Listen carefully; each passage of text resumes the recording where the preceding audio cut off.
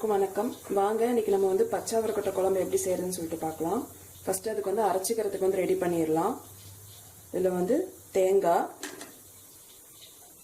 எல்லாமே நம்ம வந்து பச்சையாக அரைக்க போகிறோம். இதுலேயே வந்து பூண்டு, பட்டை, லவங்கம், ரெண்டு தக்காளி, இதுலயே நமக்கு வந்து மிளகாத்தூளும் கொத்தமல்லி தூளும் ஆட் பண்ணி அரைச்சிக்கலாம். எவ்வளோ காரம் வேணுமோ அதுக்கு தகுந்த மாதிரி மிளகாத்தூள் போட்டுக்கோங்க. கொத்தமல்லி தூள் வந்து நான் ஒரு 3 ஸ்பூன் ஆட் பண்றேன்.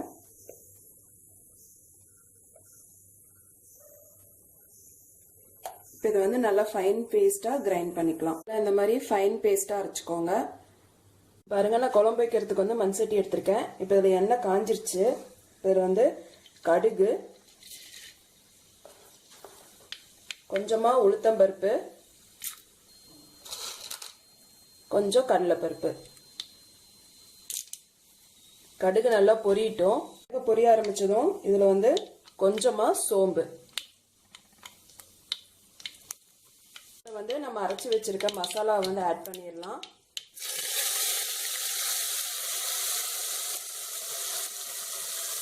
கன்சிஸ்டன்சிக்கு பொறுத்து தண்ணி ஆட் பண்ணிக்கோங்க.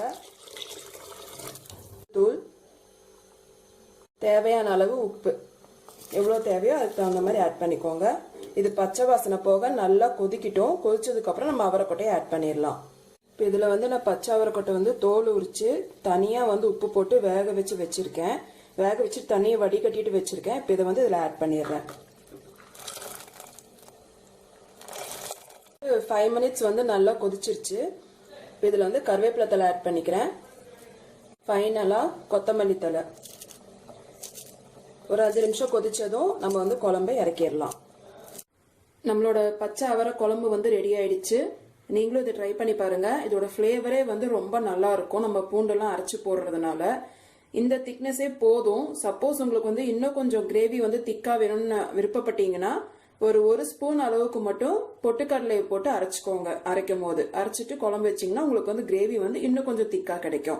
பட் ஆனால் இதுவே சரியா இருக்கும் உங்களுக்கு சாப்பாடு சாப்பிட்றதுக்கு. உங்களுக்கு இந்த வீடியோ பிடிச்சிருந்ததுன்னா ஒரு லைக் கொடுங்க. உங்களோட ஒவ்வொரு லைக்கும் எனக்கு ஒரு பெரிய சப்போர்ட். இது வரைக்கும் நம்ம சேனல் நலபாகம் சேனல் சப்ஸ்கிரைப் பண்ணலைன்னா உடனே சப்ஸ்கிரைப் பண்ணிக்கோங்க. அப்பதான் நான் எப்பெல்லாம் நியூ வீடியோ அப்லோட் பண்றனோ உங்களுக்கு இமீடியட்டா ரீச் ஆகும். தேங்க்ஸ் ஃபார் வாட்சிங்.